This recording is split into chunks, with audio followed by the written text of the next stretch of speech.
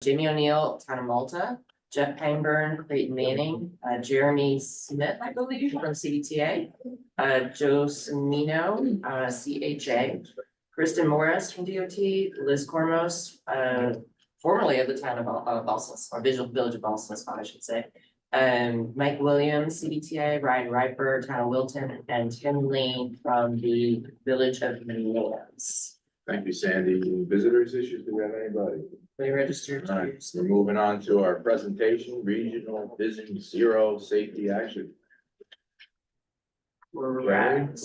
Very, so, we've been talking about this, grant for quite some time, and now that we've finally, launched the project, we thought this would be a good meeting to kind of brief you folks on what's being planned for the region. This is the Safe Streets and Roads for All grants. And I will turn it over to Carrie to run through the presentation. Okay, so I apologize if you attended the Regional Operations and Safety Advisory Committee meeting, because this is an abridged version of that presentation. But this is the Safe Streets and Roads for All grant funded project from the Federal Highway Administration, but that's not what we're going to call it. We're going to call it the Regional Vision Zero Action Plan. Next. So these are the things I'm going to cover today. This slide is not really to be able to read. The point is just that there are a lot of different staff members on the consultant team working on it and different firms. So it is going to be an effort just to coordinate amongst them. Next. Key outcomes are going to be to build a shared vision of roadway safety in the capital region, establish interjurisdictional partnerships across the four E's: engineering, enforcement, education, and emergency response. And on that last one, I'll note that we here have a tendency to have the least amount of coordination on the emergency response, but we do have a good opportunity now because the Colony EMS also received an SS for a grant to pilot some new technologies for EMS. And so we do plan to be able to coordinate with them with their project to this project. To develop a comprehensive safety implementation program, in other words, fundable projects that could be used for future Safe Streets and Roads for All implementation grants, but also should be eligible for Highway Safety Improvement Program funding. And then on the non-infrastructure side, some Governor's Traffic Safety Committee or other. And then another requirement of this, and what we plan to do, is to establish a methodology for annual reporting on the implementation of the grant. Next. This plan is planned to be integrated into the New York State Strategic Highway Safety Plan, which was recently finished. This is the Regional Vision Zero Action Plan. So more or less, we expect the focus network analysis to be nested within the emphasis areas of the Strategic Highway Safety Plan. And then the implementation projects will be listed in coming out of the Regional Vision Zero Action Plan. Yes. That's just the timeline. This plan will be tied to the performance measures. This slide is really just outlining that we are going to be we're going to be considering all crashes. That's going to be important for trends, but we are going to be focusing mostly on fatalities and serious injuries and the reduction or elimination thereof. Next. So we will be trying to follow the safe system approach, which New York State did also adopt in the Strategic Highway Safety Plan. So that quote there is from the state plan that New York State strives for an equitable and sustainable transportation system that works towards zero fatalities and zero serious injuries for all roadway users. And so the idea is that redundancy is really important. So we don't say, well, there's nothing we can do on the infrastructure side because people are going to be stupid anyways, right? So we have safe road users and safe vehicles and safe speeds and safe roads, and on the EMS side, post-crash care. Next slide. This slide is from a Federal Highway Administration presentation that they put together on the safe system approach, just outlining how the safe system approach can differ from the way we've traditionally done safety planning. So we've traditionally looked at preventing crashes, all crashes. This approach is to prevent death and serious injuries on the roadway system. From going from improving human behavior to designing for human mistakes and limitations of the human body when there is a crash. Controlling speeding to reducing system kinetic energy again, so when there is a crash, there's, the impacts are less severe. That individuals are responsible, that we're all responsible, and reacting based on crash history, moving towards proactively identifying and addressing risks. So systemic analysis of risks on this. Next slide. All right, this slide, the decreasing numbers are a decrease in fatalities from 2000 to 2019, and it's showing countries that adopted what we're basically calling the safe system approach in comparison to the US on the right at a reduction of 5.6. So it's showing that in places that did adopt the safe system approach, they over the same time period have had a much greater reduction in fatalities. Next slide. Okay. One of the requirements for this grant is to set a Vision Zero target. This slide highlights the questions that were in the application to certify that you already had a Vision Zero action plan, which would have enabled us to apply for implementation funding. But in doing this planning grant, we are required to come up with something that fits the same criteria. So we will need a high-ranking official and our governing body in our jurisdictions. So in other words, our policy board to publicly commit to an eventual goal of zero roadway fatalities and zero serious injuries. So that's an eventual goal. And then the commitment needs to either include that zero goal having a target date or setting one or more kind of interim targets to achieve significant declines and know that is not going to decline in roadway fatalities and serious injuries by a specific date. So in other words, you need a specific date either to reach the zero or to reach some interim goal, but with an eventual goal. So you can go next here. Steve. This slide is some research that I put together at the request of somebody on our administrative committee, which is composed of the entities that are providing funding for the plan, who asked, the question was actually in New York State, I think, but in New York, while there are a whole bunch of SS4A grants, they were all kind of getting started right now, and so I wasn't able to find set examples of what other areas in New York State are planning to do with their Vision Zero goals. So this is the kind of the closest geographic locations to New York State that I was able to find a couple of months ago when I put this together.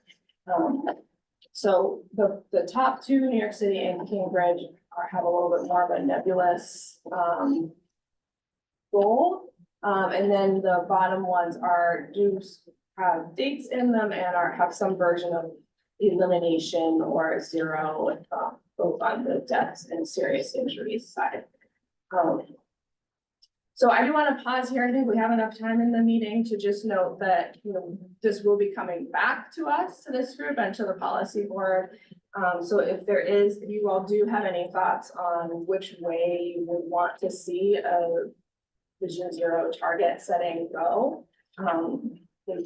this meeting would be helpful to have that discussion, but also if you just want to call me or email me or let me know, that would be helpful for us as we're planning to put together, those one or two sentences. Okay. So the planning structure and community engagement for the project is outlined here. We have council that's being our staff, council staff, which is primarily me and Sandy and also Rebecca and Teresa on our staff for the planning side of things. And then our administrative committee, which is the City of Albany, Saratoga Springs, Troy, Waterloo, and the Village of Green Island, and then NYSDOT participating as well. They provided the match funding for our portion of the grant. Our Regional Operations and Safety Advisory Committee, which will be having quarterly meetings with the exception of one additional one, which I think is going to be in January of 2025. Community Advisory Committee, which we are still working on putting together, but the idea with that is that it's a group of people that have some connection to underserved communities in the region that we would anticipate otherwise not having great representation from or participation from here or from our policy board or on ROSAC. Stakeholder meetings, the plan is that the consultant team will do 10 standalone meetings or meetings coordinated with existing events. But I can go to other meetings if things come up. Please feel free to let me know. I'm already doing one next week. And then the general public workshops. I should also note the demonstration projects are going to be an opportunity for public input. And then a website with an interactive map, which is coming soon. I've got that. I'm reviewing it now, and so that should be out in the next few weeks. So just a couple of things with this slide. Number one, if you are interested in this topic of safety and are not part of the ROSAC, but would like to be added to that contact list, just to get the information, just let me or Carrie know. Secondly, if you're aware of people in your community that might be good conduits to serve the role of kind of serving on this community advisory committee, if you have names, pass them along as well. And similarly with the stakeholder meetings, you know, if there's existing events, if your community is active in traffic, like Albany County, you guys do a bunch of traffic safety events. You know, if there's existing traffic safety committees, if there's boards, whatever you might have locally, I think Clinton Park, you have a traffic safety committee. We'd like to know who those folks are so we can do that. So this is really, you know, again, your opportunity and all of us as a region to work together to build this strong plan with the goal of coming out of it with fundable projects.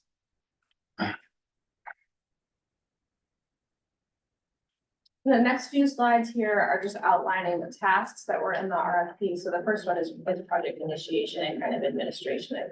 Let's go next. The second one is equity, and basically that's to determine indicators and of equity priority areas, and then come up with a geographic map, basically, of equity priority areas, considering the concentration and severity of burdens specifically that are relevant to traffic safety, but also incorporating some other metrics that we know are important, and so those include the Transportation Council, the Environmental Justice Title VI analysis, and the New York State's disadvantaged communities and the interim Justice 40 guidance. And then the map on the right is actually NYSDOT's vulnerable road user focus areas. Next slide. For the safety analysis, we're going to review the existing data, historical trend analysis, and do network screening. That's all planned to be, and I think we will successfully be able to do within the new CLEAR system. And then systemic safety analysis, most, if not all of which we should be able to do within CLEAR as well. We will be looking at performance of past TIP projects, so HSIP funded projects, and also the GTSC grant funding, if you're familiar with those. Next slide. Speed limits with the new ability of some types of municipalities to lower their speed limits to 25 miles an hour. We did incorporate a consideration of that into the scope for this project. And the plan that we got back from the consultant that we chose is to group roadways into two types to start. So group one is the low volume residential roadways that will kind of analyze as a set type that we think would be more likely to be eligible for the 25 mile an hour limit. And then for the group two to do a little bit more analysis on those. So those would be roadways classified as collectors and arterials. And then the considerations listed there on the right are basically what's listed in the US Limits 2 methodology that FHWA provides. And the consultant that we chose is going to be doing a little bit of data collection to enable, so we have the volumes which are required to go into that analysis, but we are planning to do additional data collection through a separate contract here that we'll be able to provide to the consultant. And I think we also have some municipalities that, you know, have accounts that we can provide for that. And so this task is gonna be, I think will help us come up with a methodology, but for the actual roads that we're gonna be looking at is gonna be the funding municipalities on the project, with the exception of Albany, because they've already done an analysis of their own, and so we subbed in Schenectady for them. Next. Then task 5 will be, you know, based on the analysis that we've already done, coming up with strategies, and project selection, so they'll include engineering infrastructure type things, but may include other measures as well. And so, you know, safety effectiveness and the data analysis that we have done will be very important into that, but other things that might be important are communities of concern, our New Vision's 2050 goals, or other kinds of issues that have come up. A significant one already that has come up is school locations. There's a number of municipalities in the region that have strong concerns related to safety at or adjacent to schools. Next slide. Demonstration projects, we're planning to do 10 of them. I'm gonna try to tie them to the analysis that was done on the crash data or the systemic analysis. We will be planning to monitor all of them and collect usage data and just data on what's happening while the demonstration project is installed. And then summarizing them in an evaluation report. What's not listed here is that we are planning to do public outreach at them, so some kind of surveys, having staff out there to talk to people and explain to them and get feedback from the people who live near there, or where you live on, you know, if they love it, if they hate it, what they think about it. Next slide. Safety investigations, we're planning on doing 40 investigations following the Yellow Book procedures limited to local facilities. Those are, you know, the entities that we have traditionally found have a hard time doing these types of analyses to determine if they would be eligible for HTIP, separate from just applying for funding and then later us realizing or NYSDOT doing an analysis to say, oh yeah, they are actually eligible for HTIP. And then we'll be able to identify recommendations for projects that have a really high potential for safety. Next slide. The policy and process changes, these are going to be all the things that are, you know, maybe not infrastructure specific location related things, but other kinds of policies or processes that we think the change of which could really improve safety in the region. Slide. And then progress and transparency. This goes back to that tracking of the implementation over time. Some kind of dashboard or data, something that we can do in-house over time to track our implementation. Next slide. And then finally, just compiling everything into Vision Zero action plan. So the idea is that we'll be planning for diverse regional needs and contexts. So we do have a diverse region in terms of roadway context. Being able to learn, adapt, and refine based on what happens over time in the plan and implementing it, utilizing an equity lens within the plan, and then creating something that people might actually read that's appealing, and laying the groundwork to successfully prepare an implementation grant. This is the last slide. It's just the plan that we have right now for those regional operations and safety advisory committee meetings, and what we just based on the schedule of the project, where those meetings are fitting into the progress. So we've already had the February 22nd meeting. On May 16th, we plan to be able to review. So review means there is something to review. There's some kind of a product. The equity priority areas and the approach to safety analysis, and then discuss. It's like we don't have much to review, but we want to get some input on them. So discuss the demonstration sites. In August to review the safety analysis report, past performance of the past funded projects, and crash equity, and have a workshop on the speed limit assessments, and strategy and project selection, policy and progress changes, and then that target setting, the Vision Zero target. In November, reviewing the speed limit assessments, so we should have something to review then. And evaluating the demonstration projects and the targeted investigations, discussing policies and processes that you might want to change, and strategies and projects for the draft plan. And then in January, which would be like the additional meeting, reviewing the implementation reporting.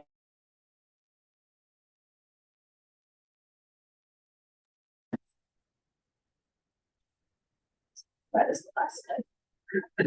So a project website's in development and should be launched at what point, Carrie?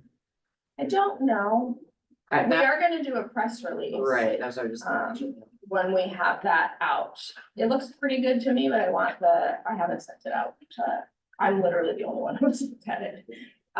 So I would say maybe next week, if not next week, the week after that.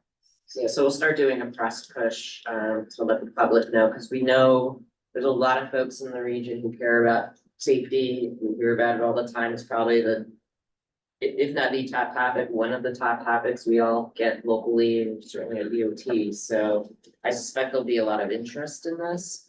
So we may need your help in sort of just spreading the word about it. But again, if you guys know folks within your communities that you think, boy, somebody should know about this project, let us know who those folks are. So that way we can connect with them, get them involved in the process, and hopefully reach some consensus as a region on how we're going to approach this. What's this SS4A implementation plan? So the Safe Streets and Roads for All grant program is one of these discretionary programs through the infrastructure law. There's two sides of it. We applied for a planning grant. That's what this is being funded by. They also have implementation grants. Actually, CDTA got an award that all that long ago. So what we're hoping this plan will do is set up anybody to apply for those funds. A requirement for them to apply for it. Correct. But aside from that, we also are teeing up, using this plan to hopefully tee up projects to go after the Highway Safety Improvement Program funds, which is formula funds that we have here, and other programs. So, you know, there's a lot of ways we can approach implementing safety projects, doing them within a general capital project, doing them as standalone projects. There's lots of ways. The systemic approach is an interesting innovation. You know, we tried it with the pedestrian safety action plan here most recently in New York State, but there's lots of other things that we can do using that sort of approach to be more proactive rather than reacting to crashes as they're occurring. So this is an exciting opportunity, and hopefully we'll get the region engaged and get some attention on this one. I just want to, in particular, one of the slides you talked about the speed limit reduction and the Vision Zero is fundamental in how New York City went down to the 25-mile-an-hour speed limit was the adoption of this. With the federal release of the new METCD, things beyond 85th percentile are now things that you can look at in there. So the adoption of the larger sort of plan to that, and I'd like the distinction between looking at the functional class, particularly residential neighborhood streets that don't serve a collector sort of purpose, that the ability to do that without going to an 85th percentile sort of discussion, but it's in concert with this plan. That's the new METCD is in tune with the Vision Zero precepts and the outcome of this entire process is going to get to the plan for then you to use so that you're a conduit for all municipalities to go for grants, or for the municipalities to take this in place of their own study or plan and use it to get other grants. I think it would be a combination of both things. I mean, I think this group provides an opportunity to collaborate, you know, particularly in one of these bigger implementation grants. Maybe individually, the communities aren't going to be competitive, but as a group, as a region, if we had a collection of systemic projects that we went after, that's a more compelling application on the national scale. And similarly, if there's a specific site, like, hey, maybe there's something we didn't think about out there, we discover it through this process. That's site specific. That's how we got to here too. This particular project, we all, 6 municipalities applied separately. And FHWA came back and said, oh, no, you guys need to team up. Right. That's why we're here where we are now. Yeah. So we're excited about this. I think this is a great opportunity. It's our first dipping the toes in the waters of using one of these discretionary planning grants to support identifying projects and hopefully getting some funding brought to the region. We're implementing this plan, but again, it'll only be as good as all of our collective involvement. And I know this topic is very sensitive for a lot of folks and emotional as well. So hopefully we'll get a lot of public engagement in it and a lot of your help as well. If you're against 25-mile-an-hour speed limits, talk to Bill. Don't come over, don't come in. Try driving to Rhode Island, you'll see how it works. It doesn't work. Has any of the discretionary implementation money been given out yet, or is it? Given out yet? Yeah. For this program? Yeah, so there has been implementation grants awarded around the country. Like I Okay. said, at least locally here, we know CDTA got one. I believe that's the only one that's been a capital project, so What are the The amounts? throughway already got one. of its tractor through. Are they tend to be larger amounts, Yeah, like millions? I mean, the ones in the CDTA one, I don't think was that big, I don't, throughway. 6 million, yeah, 6 million? yeah, you know, So. you never know with some Right. of these grant programs, the scale. So just looking at the necessity of combining municipalities to get the planning grant.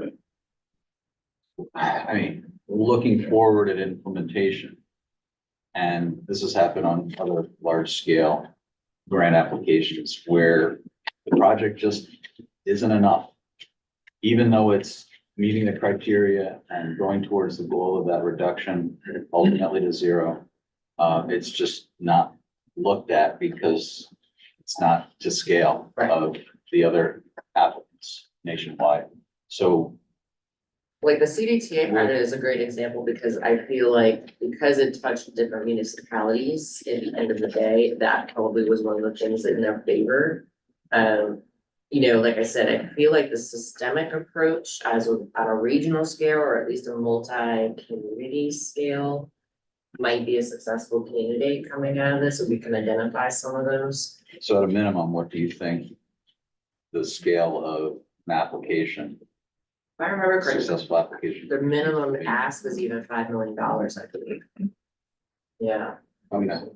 But the minimum ask was 5 million. So, you know, but as you guys know, roundabout these days is almost 5 million. So, you know, it doesn't take much to get to that basic threshold, but it's more tying it to the plan and the emphasis areas and the impact of the proposed project.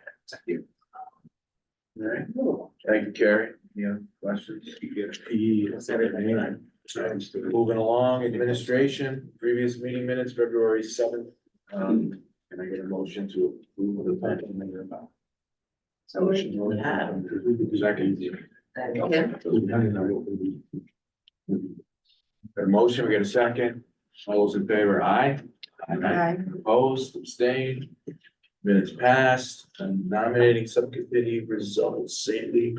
just briefly, if you weren't at the last policy board meeting, John Scavo has been appointed to be the town and village rep on the planning committee this year, so thank you, John, and thank you for serving. And we have a number of alternates, you know, a lot of our town and village planners, or representatives, are also alternates to John, so thank you again for serving. So it's just results, no action. No action. Okay, we have tip fiscal constraints summary table. Everybody's favorite. tip. Everybody's favorite table, let me launch this guy. Right here.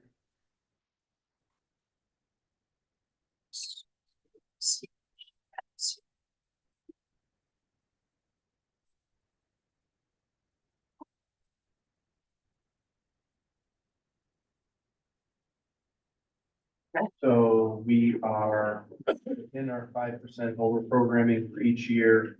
And actually now with some approved changes that were back in February, we're now actually under programmed, slightly under programmed for our 4-year federal highway fund sources, which is exactly where we want to be. So we're in good shape. I will say, even though we're slightly under programmed, that doesn't mean that there's a lot of that money floating around. But it's a lot of things. We are within fiscal constraint. Thank you, Jacob. Any questions? Quiz later, right? All right, moving along, action items, right? 2022-27 amendments. Got, that NYSDOT amendments? Yeah, I'll speak to this. We actually brought Lorenzo. Well, Lorenzo, Yeah. Explain what the heck he did. Yeah. what are we doing here? You know, the town of Glenville basically had, a multi-use path on Freeman Bridge Road. The original project, that project went through design approval. After they got design approval, they ended up getting awarded TAP to a sidewalk project on the other side of the road. And then they also had another project, where the TAP ended to take it to the airport. You guys are familiar with that road. I had the bright idea of combining, moving some of the TAP money into the other project, so we could do another design report. And that way, construction, we could let it at the same time, one project, one time, economy of scale. Apparently that bright idea was a no-no. I couldn't move the TAP from, 176159 to 176249 because procurement records within the state. So basically what we're looking to do is put everything back to the way it was before I stuck my nose in it. So, and then we'll just move forward. There's no additional funding that's needed. It's just we're putting it back to the way it was so that we can charge the TAP project. The TAP project remains separate. It's still under 176159, because that's the pin we gave it when we ordered the TAP, but it's going, basically, they're looking to let the multi-use path and then come back and do the sidewalk on the other side of the road. And then we have a part of it where we're giving some funding for the milling of the road there, so. So no financial impact, just the administrative impact. We've talked about this a little bit in the past before it's related to like Bridge New York. It's important to be core funded versus because the state of New York, first instance is the money. There is a procurement record through the comptroller's office.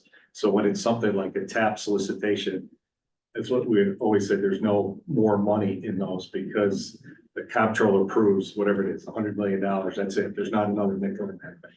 Whereas we've got the flexibility within the TOR program to move things around and such. So like I said, it's more of an inside, it's the same color of money, but with the comptroller, they need separate agreements and records and. It's essentially so you can't fund TAP externally, like secret, well, not secretly, but. but Honestly, it kind of really has to move- do with the competitive sort of nature of them and how it was. If we try to allocate $1 to a particular project, that's the first question that's gonna come asked. Did it come through this table or did it come through a statewide solicitation? We can't just send, particularly federal aid, we can't just assign it to project. So that's the distinction between the two. Either it came out as a solicitation or it came through this table. It's just, it's unfortunate that you can't segregate them in such a way so that Lorenzo's plan, which would conceivably save money, would work.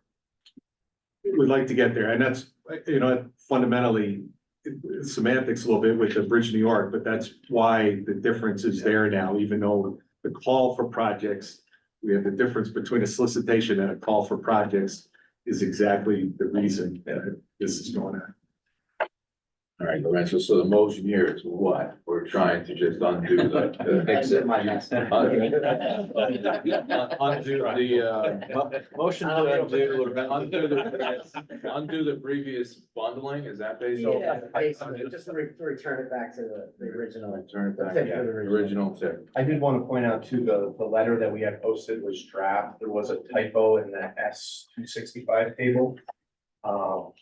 So the 2025 year construction funding, we had it listed as 0.167 million, 1.167 million. But the total dollars are omitted in that letter. But yeah, essentially the move is moving the design, preliminary and detailed design cap money from S-285 to S-265, which is where I started. Okay, So the comptroller say that Glenville can't let it as a single project, but have two contracts, or something else. I mean, it does sound ridiculous. No, at the finish line, they come together. At the finish line, we'll probably combine the projects. Yeah. Glenville wants to let the multi-use path for reasons. Yeah. But if they decide not to, we'll have, the PSNE is gonna have two pins on it. So the plant will have two pins, and Yeah. then we'll just have to show shares and construction. That's not the end of the world, but yeah, the cost savings are having one contractor out there at one time, which sounds like you could. You still do. I mean, that's still the intent. It's still getting there, it's really a little hard. Yeah, there's, like you said, there's multiple shares. Back room and harder. yeah. All right, can we get a motion to undo Lorenzo's Andrew? Good idea. Motion, Andrew, second. I'll say. Any further discussion? All those in favor, aye. Anyone opposed, abstained? Thank you, Lorenzo. Moving on to discussion items, is that what we're on? NYSDOT carbon reduction strategy. Yes, so I invited our Oh, friends at DOT to talk about. We recently released and approved carbon reduction strategy developed by state DOT, so I'll turn it over to you folks. So Sandy invited main office and main office invited me to. And I thought it was a good opportunity to sort of make it a hybrid and sort of talk about, you know, region perspective as well as sort of the policy piece here. So just quickly with a few slides, sort of three things that I want to talk about is sort of federal overview, whether this has come from sort of the region one allocation. Because we're already a couple years into this and we'll put some money towards projects already. And then the requirement of the statewide plan. So as part of the infrastructure, the Investment and Jobs Act, there are 5 years of funding was committed to this.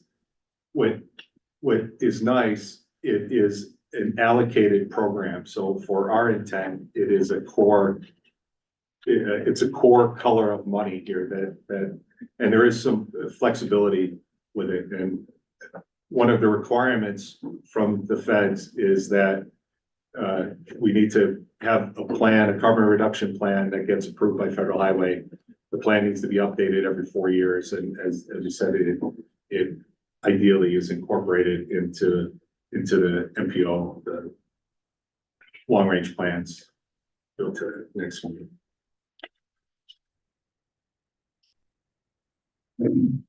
So as I said, it's formula funding and it's currently authorized through federal 26. New York State is generally allocated, is allocated about $51 million a year.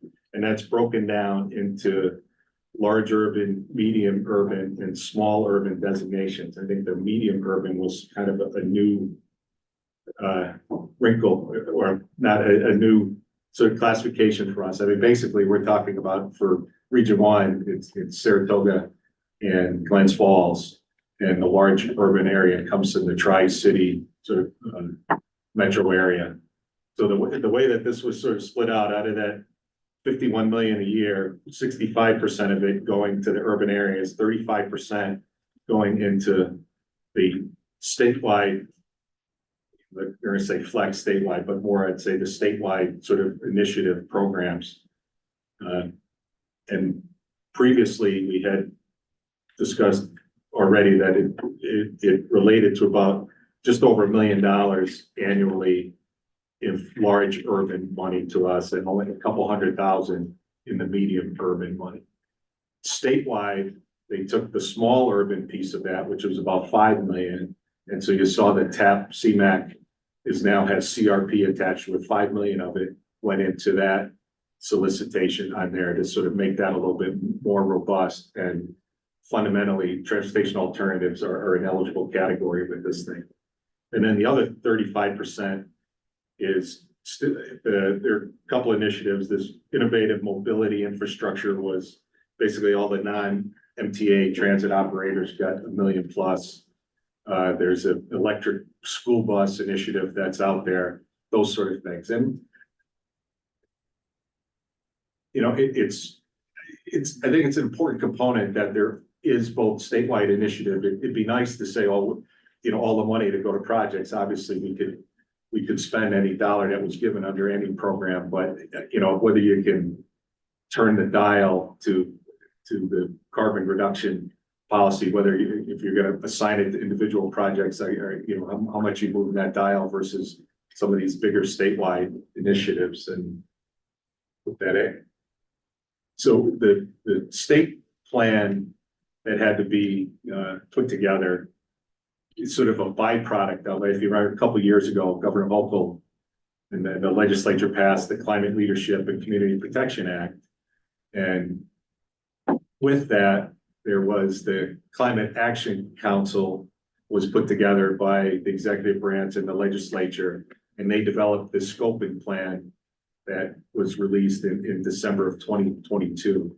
And essentially the transportation elements of this scoping plan became the state DOT or state of New York's carbon reduction plan. The essential elements of this are obviously the transportation components of that scoping plan involve basically almost all new light duty vehicles and about half of the heavy and medium duty vehicles are zero emission by 2030. And with that, a reduction in VMT in the urban areas to increase the usage of public transportation in the urban areas. There's also obviously an emphasis on the environmental justice component with 35% of the funding going towards that. With such an urban focus in these programs anyway, that really hasn't been an issue in terms of a litmus test or anything. The majority, particularly of the large urban areas, touch on the disadvantaged communities piece of it. So this evolves into, we go to the next one. On the right, you can see this was just approved in February by Federal Highway, the carbon reduction strategy. So none of the last 3 years of the funding that was handed out to New York is in jeopardy. The plan is approved and in place. And basically the three precepts under it are the zero emission vehicles, so expanding those, public transportation and the active transportation, those sort of being supportive of those components. It's general and policy in nature. It gets more specific when you get into, an MPO long range plan or a specific program update. But these are the overriding precepts that come out of the statewide plan. Our friends in main office, Colleen really has the lead on this, and Steve works with her. If there's a specific question that I can't make up an answer, I'll get you in touch with those folks. I think just going back to ours, the size of it at the $1 million a year, and we don't know where it goes with next step update or going forward. If it gets larger than that, it may be worthy of a separate call for projects that are more specific in this realm, or they're a set aside in the program update piece of it. But I think around the table, we had a discussion previously for the couple $1 million and the overruns that we had seen. We had sort of just assigned it to eligible projects in the past. Our MPO friends to the north at AGFTC, we assigned it to one, Glens Falls, a couple $100,000 into a design phase of a gateway project up there. And I think we've assigned it to a couple projects in here already. Right. And so going forward, at these funding levels, it's good. Obviously, any more core funding is good. If it was a larger carve out, it may warrant a separate, more identity, but I mean, I think we're already progressive enough in our project selections. We're gonna have no shortage of candidate projects that come in that are gonna be eligible for that shade or color of money. That, and any questions? Anything for Bob? I did just want to add, there's been talk about a greenhouse gas emissions performance measure. Courts around the country have been, in different states, sort of challenging that. We just got word yesterday that a court decision, I believe from Texas, has once again put that performance measure on hold.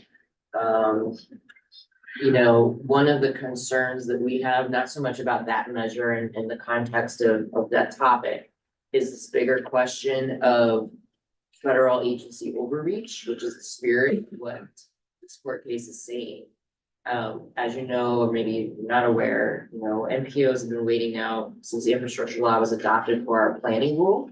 So usually these laws get passed and then the federal highway and other agencies write rules and guidance on how to implement the plan. What the spirit of what these court cases are beginning to say is that maybe some of that is going to be challenged. And what does that mean moving forward? If it's not specifically written in federal law and Congress did authorize it, what does that mean? And that could mean more flexibility or could it mean less flexibility? We don't know. But at least sitting here today, that greenhouse gas emissions performance measure has been put on hold yet again.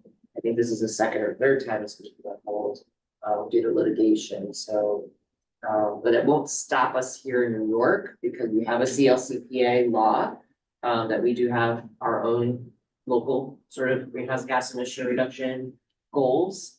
And it ties into this reduction programs. Summary of 2022-27 TIP project selection moves. Jake.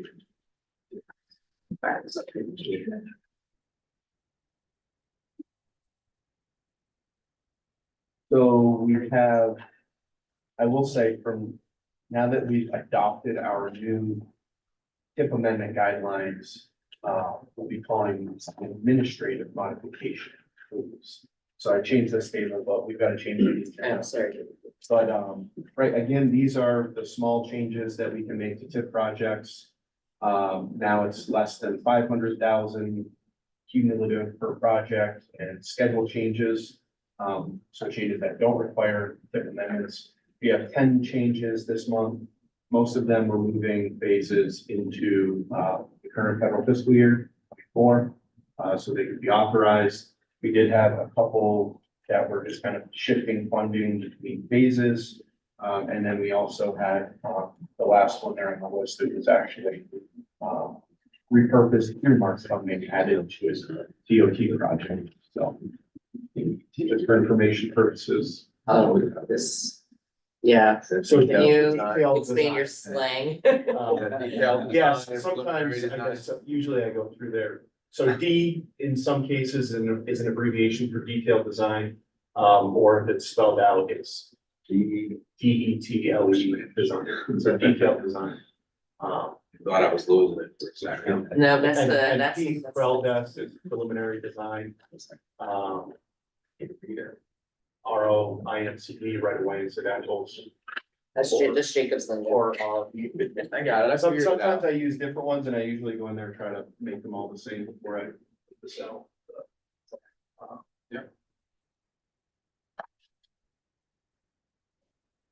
Thank you, Jacob. Anything noteworthy in here that we're gonna see start earlier? Like the Rensselaer multi-use trail, does that mean construction is gonna start earlier or is tying in with something else? With the bridge, okay.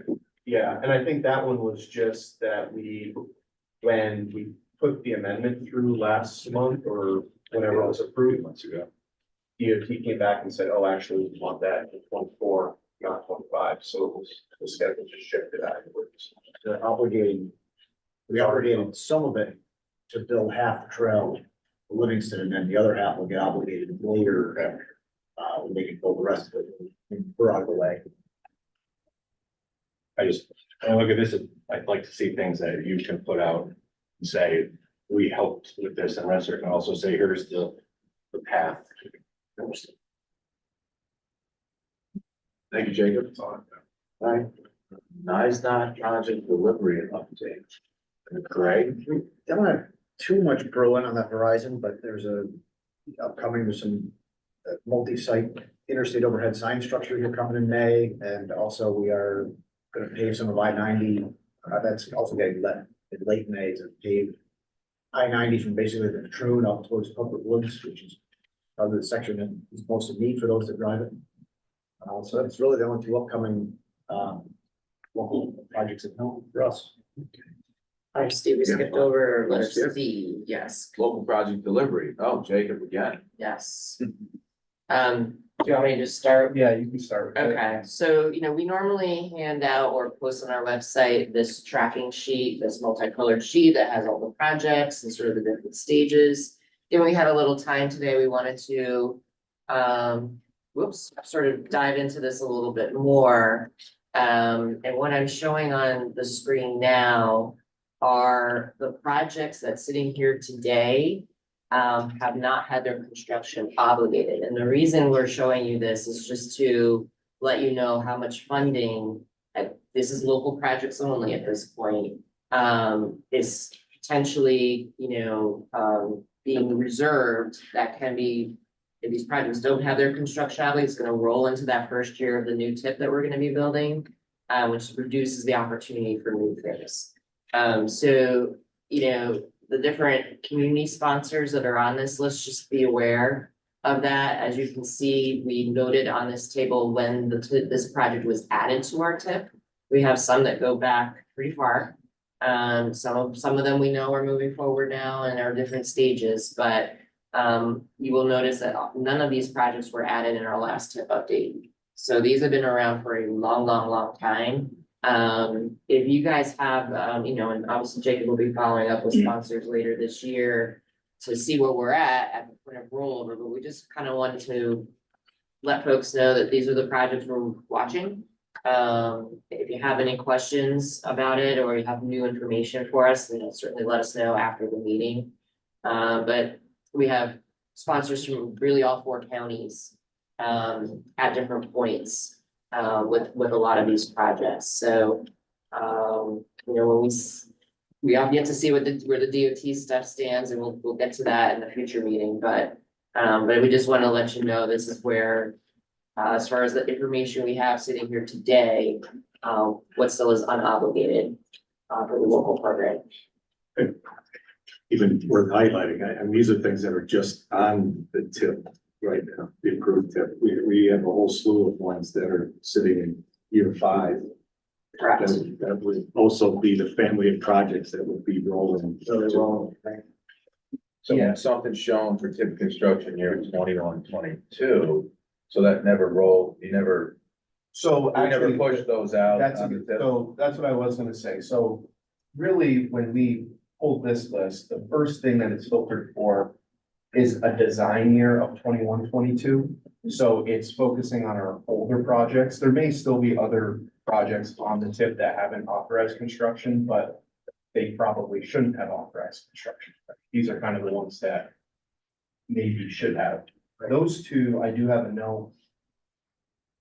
I just don't have confirmation that construction was authorized.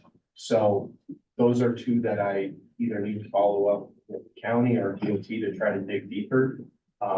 If construction was in fact authorized, those need to be rolled, or wasn't authorized, they need to be rolled into the current year. But right, as that's correct, those construction should have been authorized in 22. Right, so for some of these, we may not have the full information, so if you're a sponsor and you're sitting here going, I know that this project, or if you're listening in consultants, and I know this project was obligated, we certainly would like to know that information, but, I think the other thing too is like, for instance, the Rensselaer multi-use trail, like, we know that some of these projects have, pushed along for various different reasons. They're waiting for other funding sources, they're merging with projects that maybe came along later, so, it's not in the sense that each one of these is you know, there may be good reason that it hasn't been authorized yet, but for some of them, we just kind of wanted to put it on the radar, to say, hey, this might have been sitting around for a while. We'd like to get these moving for the next step update. Thank you. Thank you, Jacob. All right, now we're down to E, right? Status of regional transportation planning initiatives. Yes, so we have our usual table of, planning studies, that we shared, with you as part of the agenda packet.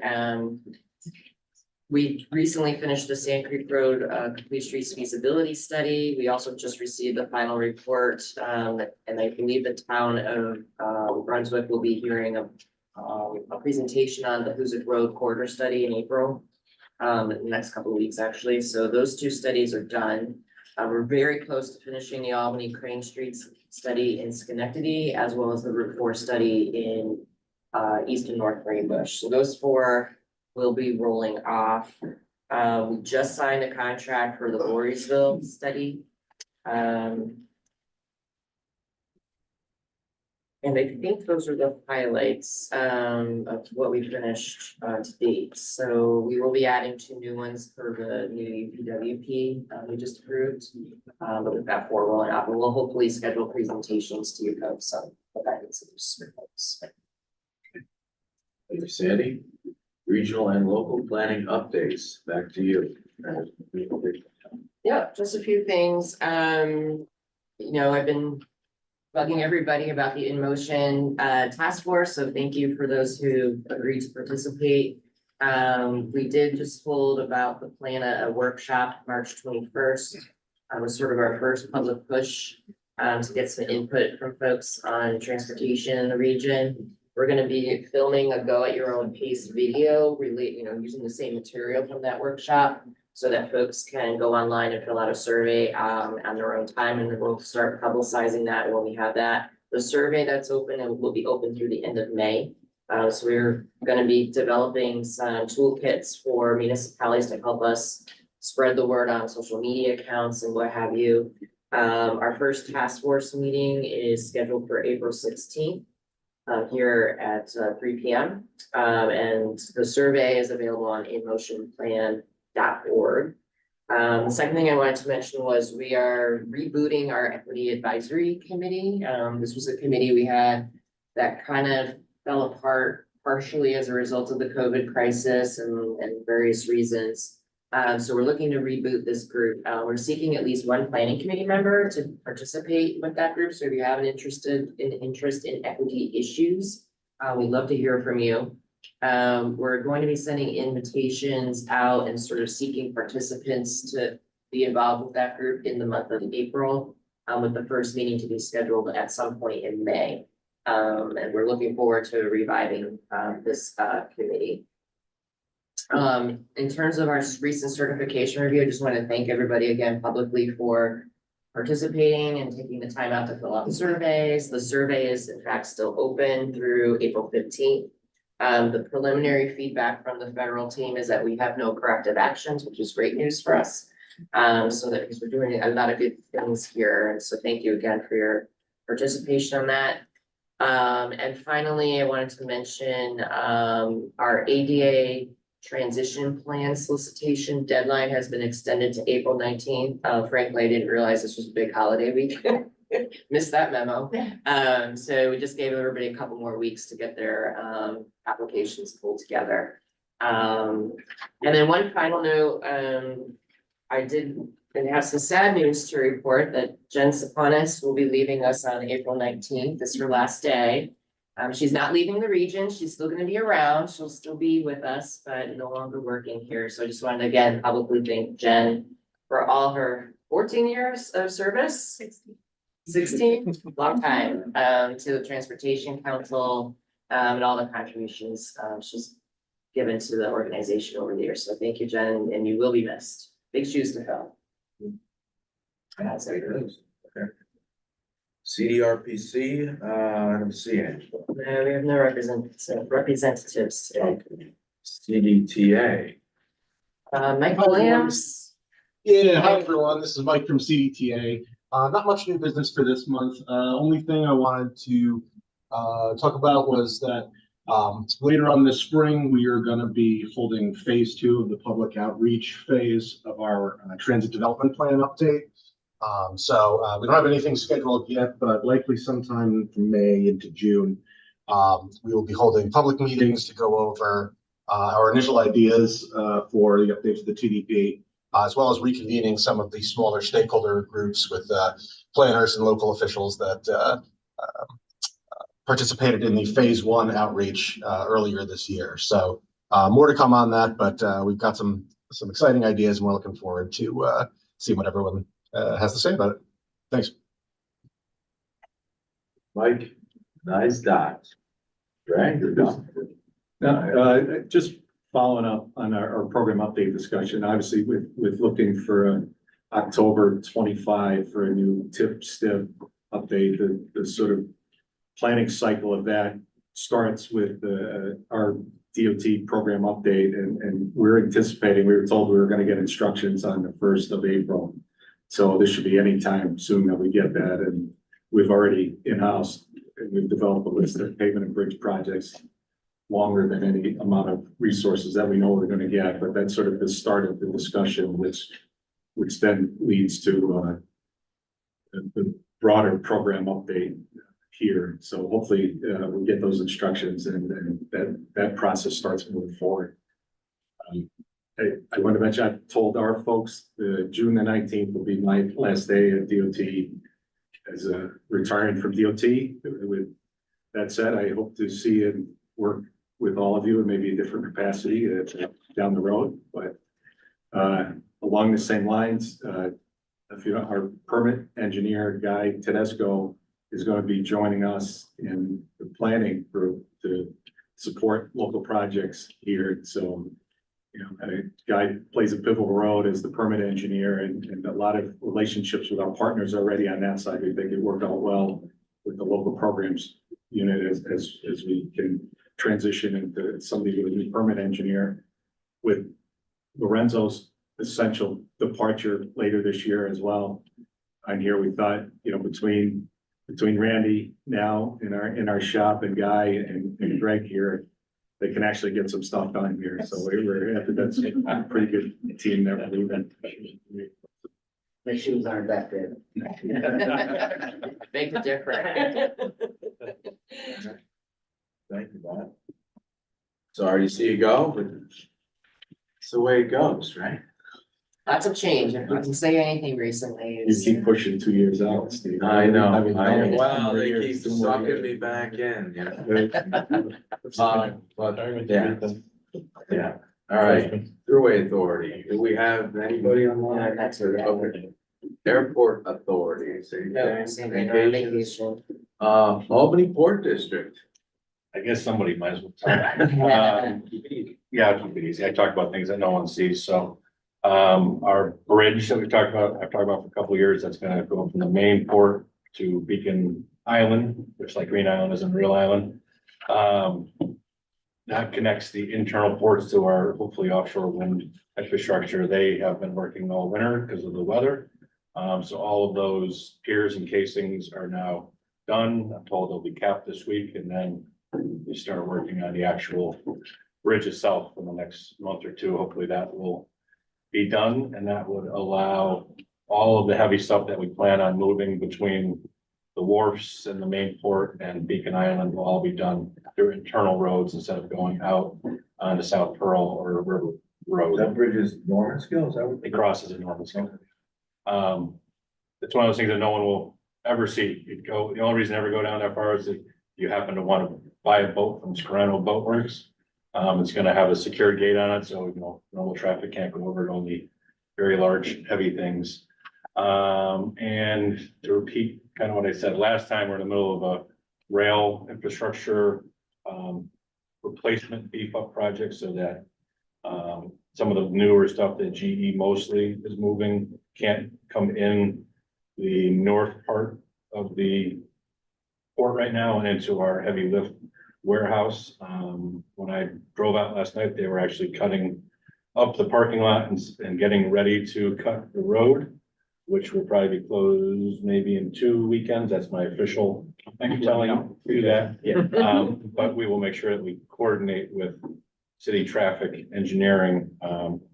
That will be either nighttime or weekend closure, so it won't affect any of the tenants or anybody else coming into the port. They can always use the south end. So hopefully that'll be done in the next couple weeks. And then we'll see more GE product coming from Schenectady into the port. So that's it. Upcoming meetings, events, deadlines, let's take note. Active Transportation Planning Committee, April 9th, Planning Committee, May 1st again, we're back, is that it? Human Services, May 6th. Trade Advisory, May 15th, and the Policy Board, June 6th. That's it. So that means Bob has at least 2 more meetings. There's not, well, who knows, maybe burning vacation or Yeah. something. Yeah, maybe not the policy. All right, anything else? Then motion to adjourn? We got it. We got it? All right. Favor, aye, thank you. We're good. Oh, that in. Okay. Yeah. We were just trying to say. Yeah, we were trying to say.